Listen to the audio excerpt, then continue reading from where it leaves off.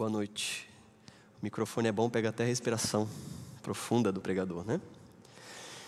Que privilégio a gente pode de ter a Bíblia, né? Ter acesso à palavra, de poder nos reunirmos para poder estudar. Isso é uma bênção que Deus nos dá, tanto para nós que estamos aqui na igreja, como para quem nos assiste pela internet. Seja bem-vindo a este aqui. Isso. Seja você bem-vindo a esse momento de culto, de adoração e de estudo da Bíblia. E nós vamos orar nesse momento, pedindo que o Espírito Santo seja o nosso professor, nosso mestre nessa noite. Então, ore comigo.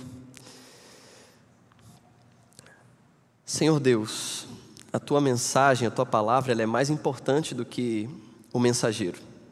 E nesse instante nós oramos juntos, pedindo que Teu Espírito possa traduzir para nós, nosso íntimo, na nossa mente, Tua vontade refletida na Bíblia, hoje, nesta noite. Em nome de Jesus, amém. Então, abra sua Bíblia no livro de Gênesis. O título é A Bíblia e o Ismo, ou A Bíblia e os Ismos. Semana passada, o título da mensagem era Bíblia e você, tudo a ver? E o foco da mensagem da semana passada foi mostrar que nós temos um problema sério quando o assunto é a palavra de Deus. E se eu fosse traduzir essa frase, se fosse traduzir em uma frase a mensagem da semana passada, seria: a Bíblia e eu estamos em guerra. Nós só ficamos em paz quando eu me submeto à palavra e ela me transforma, ou quando eu a submeto e eu tento mudá-la. E Deus não me deu a segunda opção.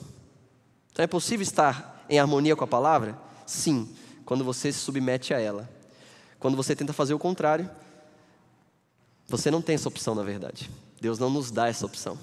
Ou a Bíblia me transforma, ou eu tentando transformar a Bíblia, adequo ela à minha vontade.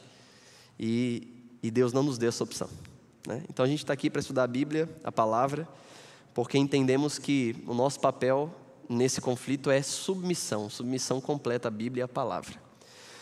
E nós vamos começar pelo livro do Gênesis, porque o assunto de hoje começa lá. Nós temos aí, nos últimos anos, né, tido mais contato, e a internet nos ajudou nisso, contato com muitas ideologias, muitas filosofias, e eu não vou aqui falar de nenhuma delas diretamente, porque para falar de qualquer ideologia, você precisa ter muito conhecimento, porque há vários ramos em cada uma dessas ideologias, né? Mas a Bíblia tem uma proposta, e a ideia é que ao final desse sermão você entenda qual é o grande ismo por trás da palavra de Deus. Nós temos vários ismos hoje, e eles têm ganhado muito eco na internet, na sociedade. E qual é o grande ismo da Bíblia? Eu vou falar indiretamente de um desses ismos que estão na atualidade. E qual é a visão bíblica por trás disso tudo, certo? Se você analisar o livro do Gênesis, capítulo 1 a 3, ele é todo escrito em forma de poesia. Porque na língua em que a Bíblia é escrita, se um documento é importante, ele é escrito em forma de poesia. Então, o autor do livro do Gênesis entendeu que esse era um documento extremamente importante. Então, existe toda uma construção poética no livro do Gênesis. E como o livro do Gênesis apresenta Deus como Criador, essa criação de Deus, em 6 dias literais, como nós cremos, ela segue uma lógica. Nos primeiros 3 dias, Deus cria um ambiente, e nos outros 3 da criação, Ele o preenche. Então é assim, Deus cria, Ele preenche, cria, preenche, cria, preenche, cria, preenche. Essa é a ideia, essa é a lógica da criação. Então eu anotei aqui, nós temos no dia 1, Deus cria lá o que seria a atmosfera. E essa atmosfera é preenchida no 4º dia, com sol, lua, estrelas e os luzeiros, que é relatado ali. Ele cria a atmosfera, ele preenche a atmosfera no 4º dia. Cria no 1, preenche no 4º. No 2º dia, Deus faz a divisão entre as águas, criando céu, criando o mar, criando as águas de cima e as águas de baixo. E quando você viaja de avião, parece que essa cena fica mais nítida, né? Porque você vê bem certinho lá que tem água de monte lá em cima. Lá. em forma de nuvem. Então Deus separa céu e terra. E é engraçado que quando chega lá no quinto... Engraçado não, né?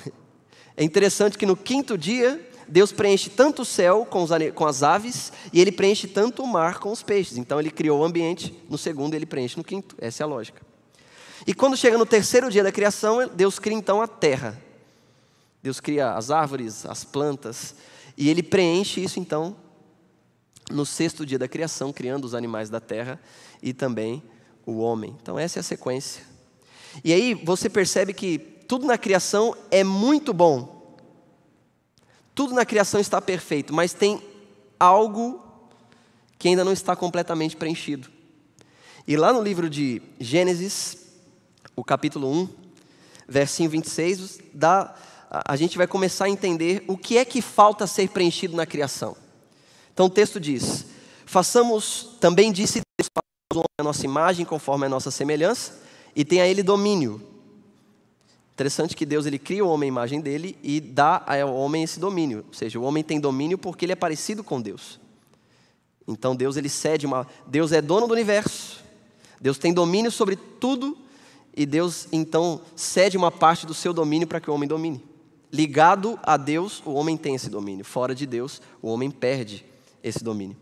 E quando chega no verso 27 do capítulo 1, diz assim: criou Deus, pois, o homem à sua imagem, a imagem de Deus o criou, homem e mulher os criou. Existe uma ordem na criação. Deus cria, preenche, cria, preenche, cria, preenche. E quando eu começo a falar da criação para alguns alunos, eles ficam meio confusos porque o texto de Gênesis 1, verso 27, diz que Deus criou o homem à sua imagem, homem e mulher os criou. Então, parece que num momento Deus criou o homem e depois Deus criou a mulher. No Gênesis 1, 27, dá a entender que é tudo muito ali, naquele momento. Mas nós sabemos pelo texto que não foi bem assim. Que o nosso Adão ficou um tempo no jardim sem a presença da mulher. E o texto diz claramente que tudo na criação é muito bom. Só uma coisa não é boa: que o homem esteja só. Solidão não é bom. De tudo que Deus criou e preencheu, Adão também deseja ser preenchido. E o texto do capítulo 1 do Gênesis, ele é um resumo do que foi a criação. No capítulo 2, o foco do Gênesis 1 é falar sobre o ambiente que Deus criou para o homem. E no capítulo 2, se você virar aí a página, você vai perceber que no capítulo 2, verso 4 em diante, você vai ver que tem uma ampliação de como foi essa criação. Então é assim que funciona. Deus agora vai ampliar. É como se o texto falasse assim: peraí, tem um detalhe do relato da criação que eu preciso frisar. Isso acontece no Gênesis capítulo 2. E lá no Gênesis capítulo 2, verso 7, diz que Deus formou o Senhor Deus ao homem ao pó da terra, lhe soprou nas narinas o fôlego de vida, e o homem passou a ser alma vivente. E no versinho 18 do mesmo capítulo diz: não é bom que o homem esteja só, far-lhe-ei uma auxiliadora que seja idônea. Então o texto está dizendo que Adão também precisa ser preenchido. Há algo que está faltando na criação. E agora é como se o autor bíblico falasse assim: gente, para tudo. Foi tudo muito rápido o relato, mas a criação do homem, ela merece uma pausa, uma ampliação na poesia. Há uma quebra na rotina da poesia para explicar essa criação. E depois da criação do homem, quando se entende que esse é o ápice, aí vem o relato, Gênesis capítulo 2, verso 18 em diante, o relato da criação da mulher. Se voltarmos para o Gênesis 1, verso 27, existe um joguinho de palavras bem interessante, porque o texto diz: criou Deus, pois, o homem à sua imagem. Então você provavelmente já ouviu essa explicação, eu só vou lembrar aqui, de que essa palavra homem que aparece aqui, que é Adam, ela vem separada do artigo. O ideal seria, quando Deus quer falar o homem, é Ha-Adam. Aqui só aparece Adão. A ideia é que, se a gente fosse traduzir o texto, seria mais ou menos isso: criou, pois, Deus a humanidade à sua imagem. Porque não tem um artigo ali. O homem representa a humanidade. Homem e mulher os criou. Então Deus cria a humanidade E como é que Deus fez isso? A humanidade. O que é a humanidade? Ingrediente para fazer a humanidade: homem, mulher. Esse é o plano de Deus. Ok? E quando chega no Gênesis capítulo 2, versinho 18, aí você vê uma ampliação.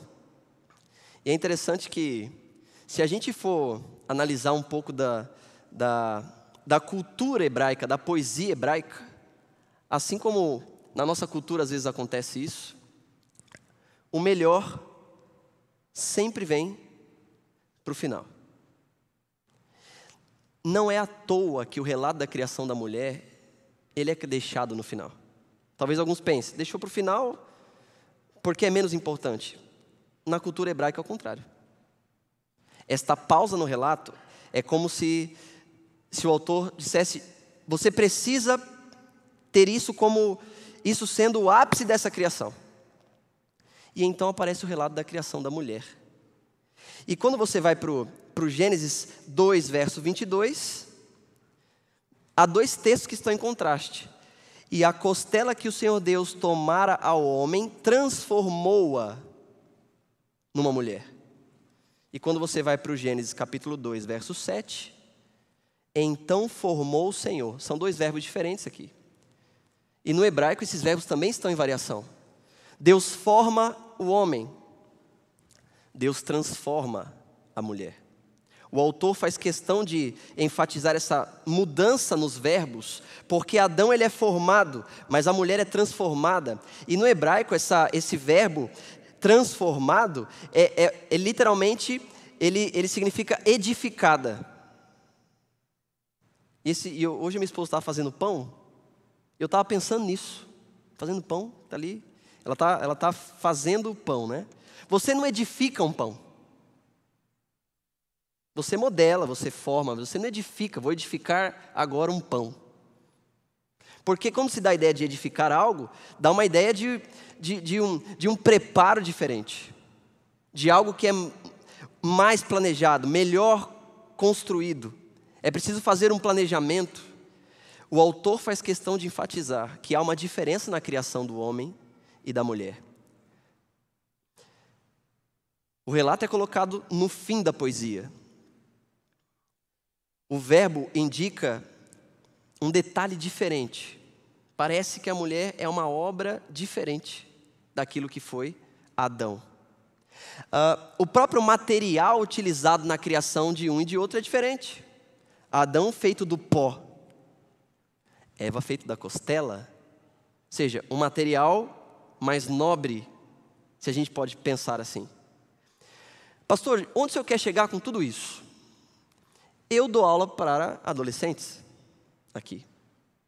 E eu sei como alguns movimentos têm tido acesso a eles e como é muito fácil você desconcertar algumas ideias e princípios da Bíblia.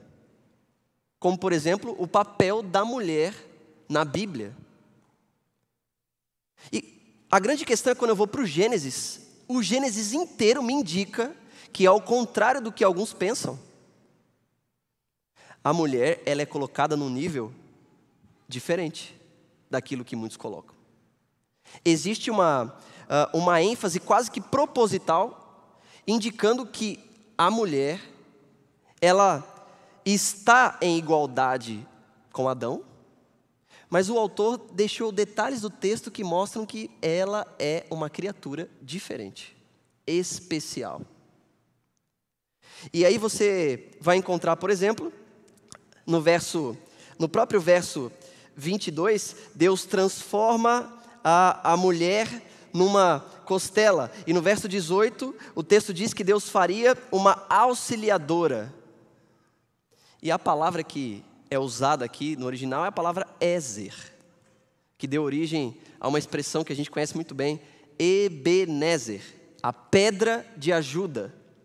Então nós temos um Adão que está solitário, e Deus, como uma forma de tornar essa criação perfeita, completa, como Ele fez com tudo no ambiente, Ele cria a mulher para ser o Ezer do homem. Então alguns pensam, auxiliadora, ser auxiliador indica que a mulher ela está num patamar inferior ao homem? De forma alguma, porque o próprio Deus é identificado na Bíblia como sendo o Ézer do homem. Deus é o meu auxiliador. Deus é o meu refúgio, Deus é minha fortaleza. Os salmos, por diversas vezes, fazem alusão a Deus como sendo o meu Ézer, o meu auxiliador. Se ser auxiliador indicasse que alguém era inferior ao outro, seria o mesmo que afirmar que Deus é inferior a mim porque Ele é meu Ézer. Então a expressão auxiliadora, ela na verdade coloca a mulher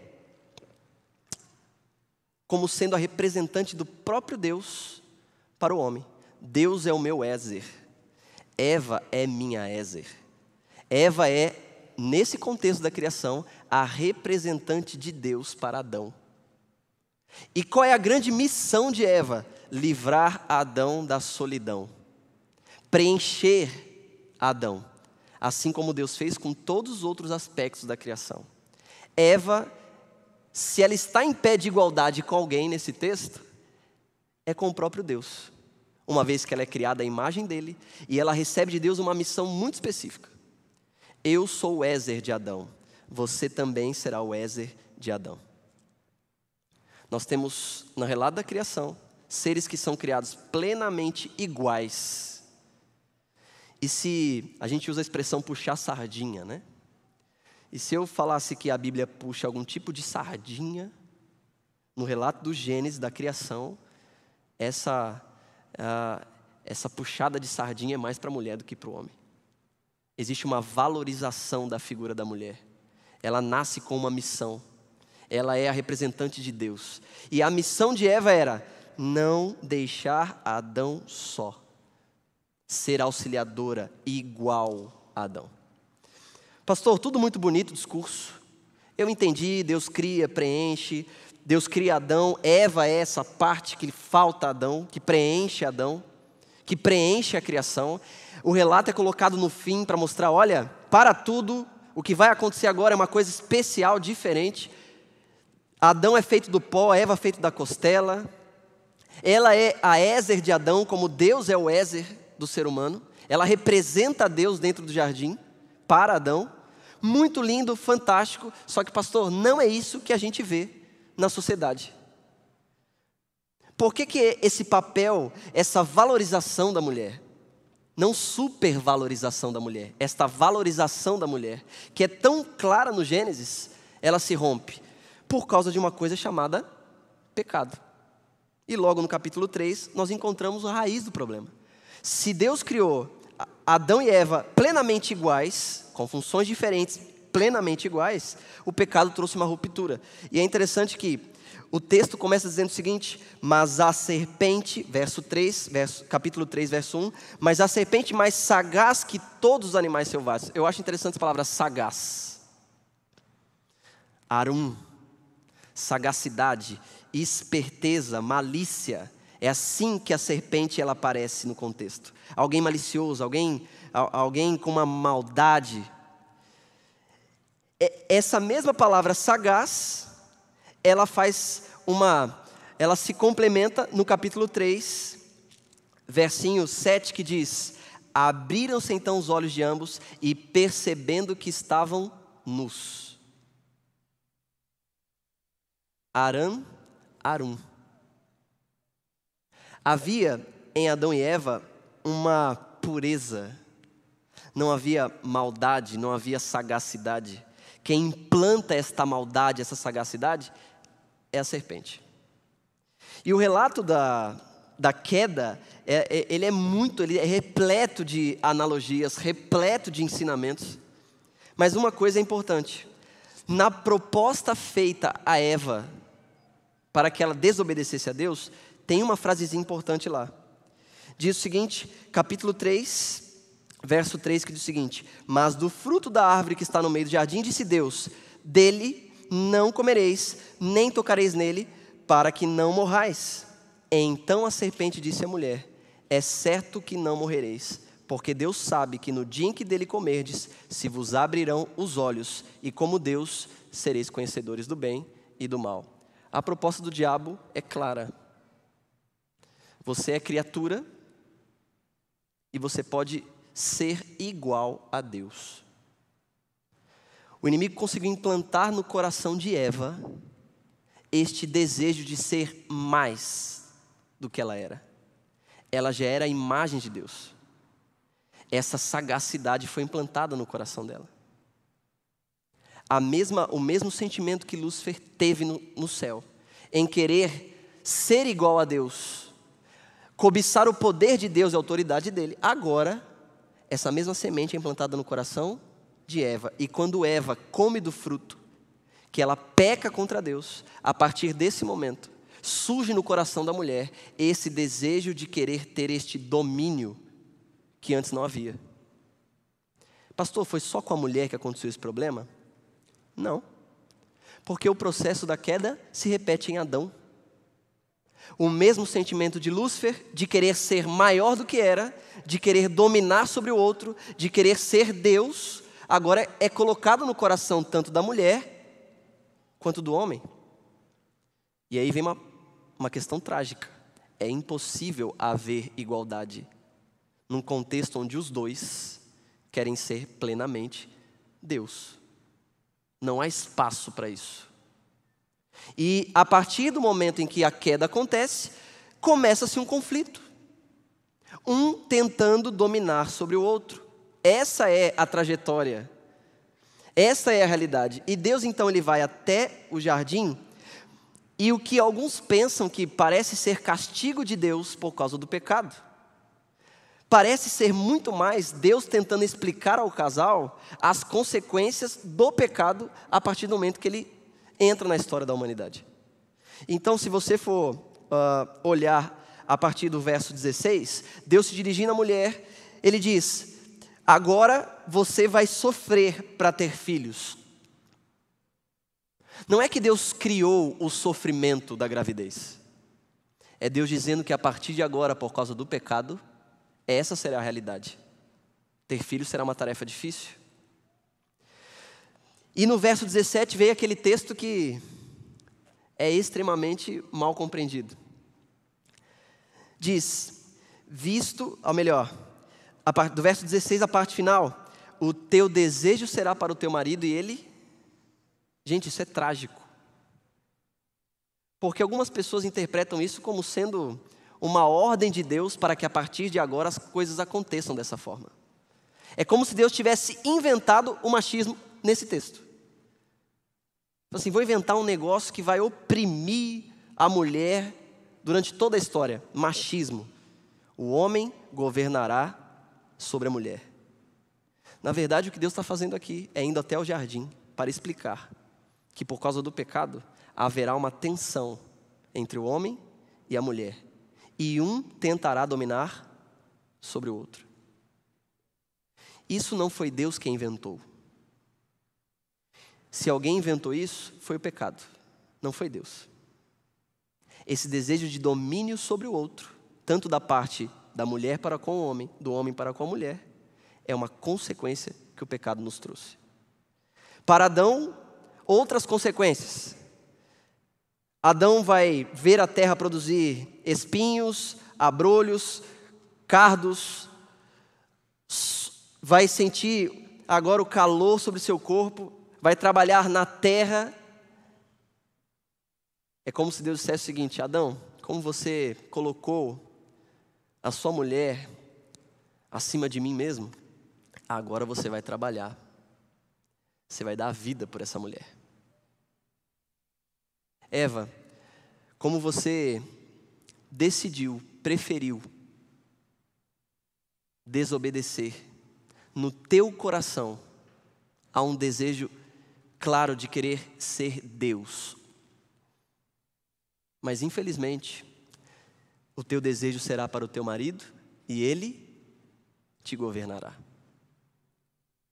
Que luta terrível começa a partir daí. E nós hoje vivemos um momento tão delicado quando se fala desse assunto. Tem tanta gente dando opinião nesse assunto. E aquilo que era para ser resultado da consequência do pecado, em algum momento da história tornou-se um padrão de comportamento. E alguns ainda baseiam isso na Bíblia. Esse nunca foi o foco de Deus. E aí surgem vários ismos para tentar corrigir isso. E há coisas muito interessantes nos ismos. Há algumas dessas coisas que são compatíveis com o texto sagrado. E há outras que são completamente incompatíveis ao texto sagrado. No momento em que é dado esta sentença sobre Adão e Eva, de lá para cá, se você analisar a história do texto sagrado, você vai encontrar vários momentos em que aparentemente existe sim uma dominância masculina sobre a mulher. Mas Deus nunca endossou isso. Nem foi Deus que inventou isso. E aquilo que muitas vezes a Bíblia relata que está acontecendo como retrato da sociedade em que ela foi escrita, não leva ao endosso de Deus. A Bíblia está sendo fiel ao contexto em que ela foi escrita. Naquele contexto, acontecia dessa forma. Deus não endossou isto. Então os alunos perguntam para mim, pastor, por que a Bíblia parece ser tão machista? Não é a Bíblia que é machista. A Bíblia está reproduzindo a história da humanidade manchada pelo pecado. Aonde uma classe, um gênero é rebaixado. Aí você fala assim, pastor, se Deus não endossou isso, qual é a grande proposta de Deus para resolver esse problema? Porque até agora o Senhor me disse que o Gênesis é aquela maravilha, todo mundo igual, homem e mulher igual, aí vem o pecado, há uma ruptura, e é interessante que essa ruptura ela é tão clara, logo que o pecado surge, que em Gênesis 3, verso 20, olha que trágico, Deus acabou de dar a sentença, mulher, ter filhos vai ser um problema, vai ser difícil, você vai ter que lidar com esse desejo do teu marido de querer dominar sobre você, porque agora ele também quer ser como Deus, você também quer ser como Deus, haverá uma luta. Adão, você vai trabalhar, meu filho, o sol vai queimar a tua pele, você vai voltar para o pó de onde você veio. Adão, vai ser difícil a vida a partir de agora. E você pensa que a cena podia parar, eles poderiam de repente estar, Adão talvez constrangido pelo que aconteceu, arrependido, e logo no verso seguinte, o machismo entra em ação. E deu o homem o nome de Eva, a sua mulher, por ser a mãe de todos os seres humanos. Pastor, qual que é o problema de Adão ter dado à mulher o nome de Eva? Adão já está exercendo o seu domínio. Porque quem tem autoridade para nomear é Deus. Então é como se Adão tivesse interpretado as palavras de Deus e disse assim, bom, agora, já que Deus falou, então vou cumprir o meu papel como aquele que vai governar isso tudo. Eva será seu nome. Nas páginas do Gênesis, logo após o pecado, está descrito que essa guerra começou. A guerra está começando. E eu quero encerrar essa mensagem falando para vocês que Deus não deixaria o casal nesta luta sozinhos. Há uma proposta. Se de um lado nós temos o machismo, ou o feminismo, ou como outro dia um aluno me corrigiu, falou assim, pastor, na verdade, o feminismo ele não é assim radical, existe o femismo. Eu confesso a você que eu não posso me deter neste assunto, porque eu ainda estou estudando esse assunto. E tem muito material falando sobre o feminismo, a ligação do feminismo com a Bíblia, como surgiu esse movimento. Você pode ter acesso a esse material e em algum momento, talvez na igreja, a gente possa, pastor Márcio, homem estudado aí, né meu pastor? Vai poder abranger esse assunto. Mas existe um outro ismo, que na minha opinião, e essa é a proposta desse sermão, é a única forma de haver igualdade novamente. A única forma. Lá no livro você pode abrir comigo o livro de Efésios. A gente vai ler aí 3 textos para encerrar.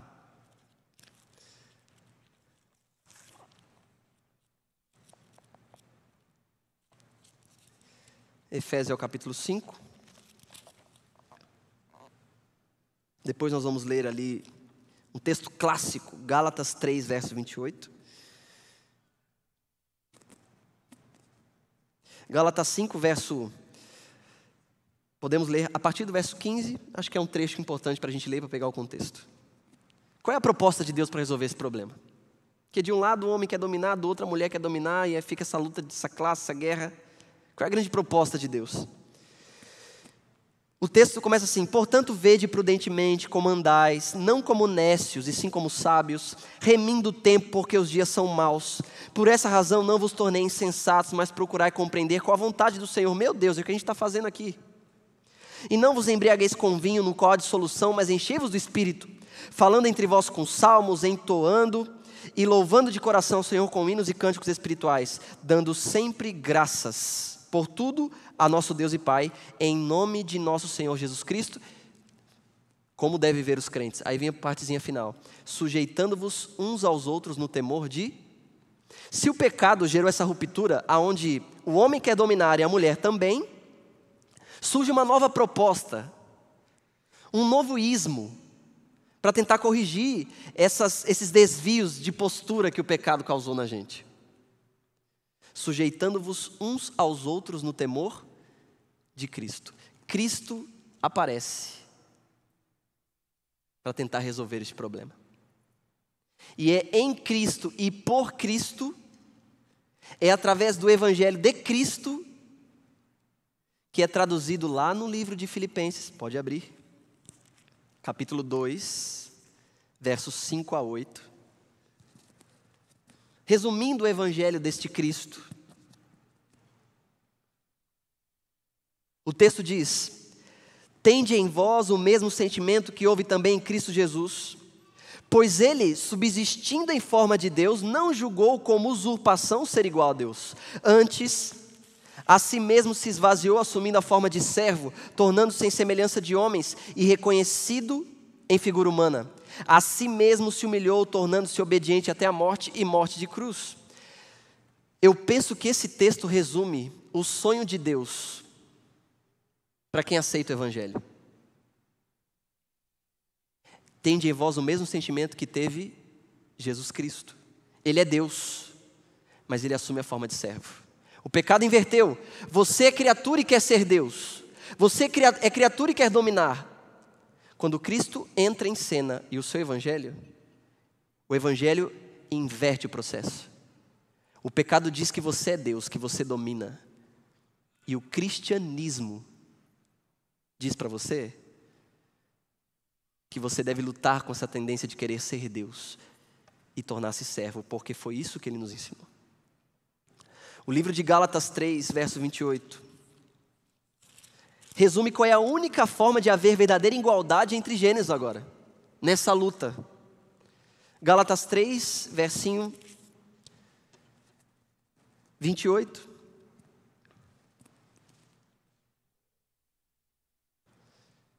E o texto diz: dessarte não pode haver judeu nem grego, nem escravo nem liberto, nem homem nem mulher, porque todos vós sois um em Cristo Jesus. Numa sociedade que prega muitos ismos, meu apelo para nós como igreja é que a gente passe a viver o cristianismo. E o cristianismo, ele me desafia a voltar a ser servo, a voltar a ser criatura. Se nós, os filhos de Deus, vivêssemos mais vividamente o cristianismo, talvez nós não precisaríamos apelar para outros ismos para corrigir aquilo que o pecado nos trouxe. Não estou dizendo aqui que os ismos que existem sejam ruins em sua totalidade. Não é isso. Como eu disse a vocês, isso é tema para outra mensagem. Só quero dizer para você que as pessoas têm buscado igualdade sem um ingrediente: o temor de Cristo. Nunca haverá plena igualdade sem o temor de Cristo, porque o Evangelho é o grande antídoto para aquilo que o pecado causou.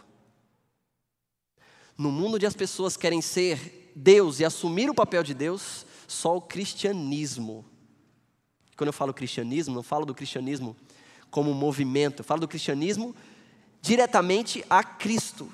viver como Cristo, assumir a forma de servo como Cristo fez. Somente no temor de Cristo, em Cristo, é que é possível haver plena igualdade. Você pode até, de certa forma, dar eco e voz para alguns ismos. Mas eu acho que seria mais coerente nós, como cristãos, darmos eco, primeiro, ao ismo que a Bíblia nos apresenta. E esse ismo é o cristianismo. Viver como Cristo. Deus nos ajude. Convido o quarteto para a gente encerrar cantando uma música. E essa música fala exatamente isso. Ela diz que o pecado, ele me transformou numa anomalia. Por causa do pecado, eu até quero fazer a vontade de Deus, mas não consigo. Eu quero ser mais parecido com Jesus, mas não consigo. E a música diz que somente nele, em Cristo, eu posso encontrar forças para ser aquilo que Deus espera que eu seja. Que Deus te abençoe e vamos ouvir essa oração, depois nós oramos juntos.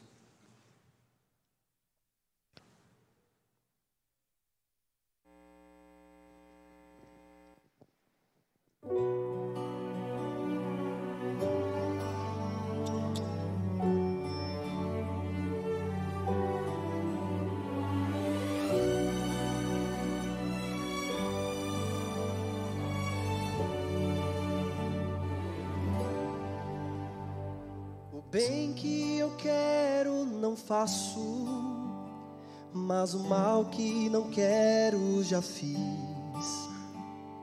Escravo da sinceridade que enganava o meu coração. Cansei de voltar como um perdedor ao lutar.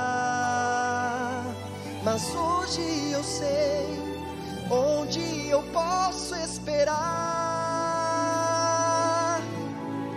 Nele que muda o tempo e vê cada folha que cai pra forrar o chão.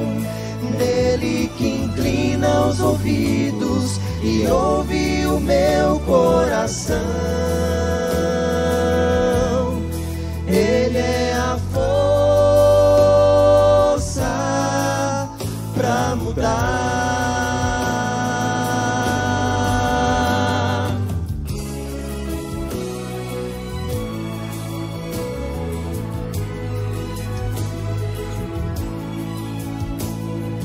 Quero viver as palavras e unir o que falo ao que sou. Tendo de exemplo meu mestre, que primeiro foi meu salvador. Cansei de voltar como um perdedor ao lutar. Mas hoje eu sei onde eu posso esperar. Nele que muda o tempo e vê cada folha que cai pra forrar o chão. Nele que inclina os ouvidos e ouve o meu coração. Ele é a força pra mudar.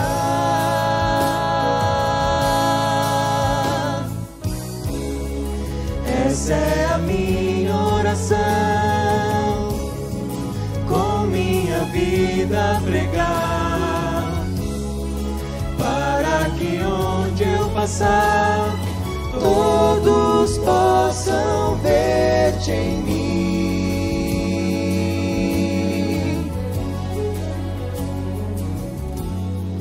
Nele que muda o tempo e vê cada folha que cai pra forrar o chão. Nele que inclina os ouvidos e ouve o meu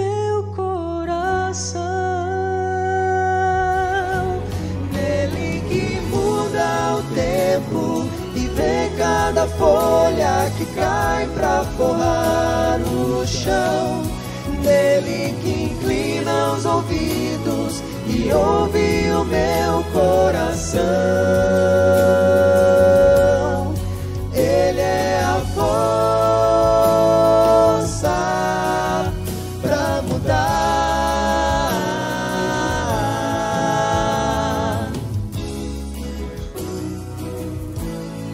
Ele é a força pra mudar.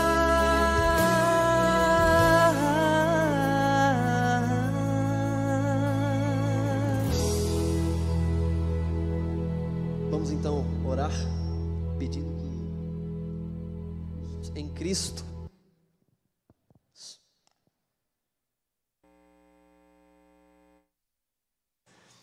para que Deus em Cristo nos ajude a viver este evangelho, porque só através deste evangelho puro e simples é que nós podemos viver a plena igualdade sonhada por Deus, aqui e agora já. Oremos? Senhor Deus, o Senhor tem acompanhado a caminhada dos teus filhos aqui nessa terra. E a multidão de ideologias, conflitos, o Senhor tem acompanhado com certeza aí as grandes batalhas que acontecem na internet. A verdade, Senhor, é que o pecado estragou tudo. Nós hoje experimentamos essa dura realidade de viver deste lado do céu aqui.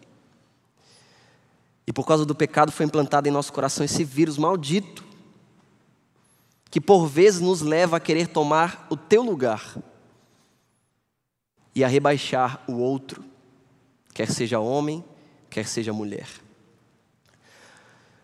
Nós pedimos a tua ajuda, como foi cantado nessa música, para que nós, como teu povo, vivamos este cristianismo puro e simples, que isso seja refletido no modo como tratamos o outro. E agora, Senhor, eu falo como homem, que o Senhor nos converta, para que possamos cumprir o nosso papel como homens, cuidando daquelas que, por que não dizer, Senhor, são a obra-prima da tua criação. Nos ajuda, Senhor, a ser uma voz que, antes de fazer eco às ideologias que estão cercando a nossa sociedade, que possamos fazer eco ao Evangelho, porque através dele há sim, Senhor, verdadeira igualdade. Que vivamos o temor de Cristo e que isso seja conhecido pelo mundo, de que há um povo que no temor de Cristo vive a plena igualdade em todos os seus aspectos.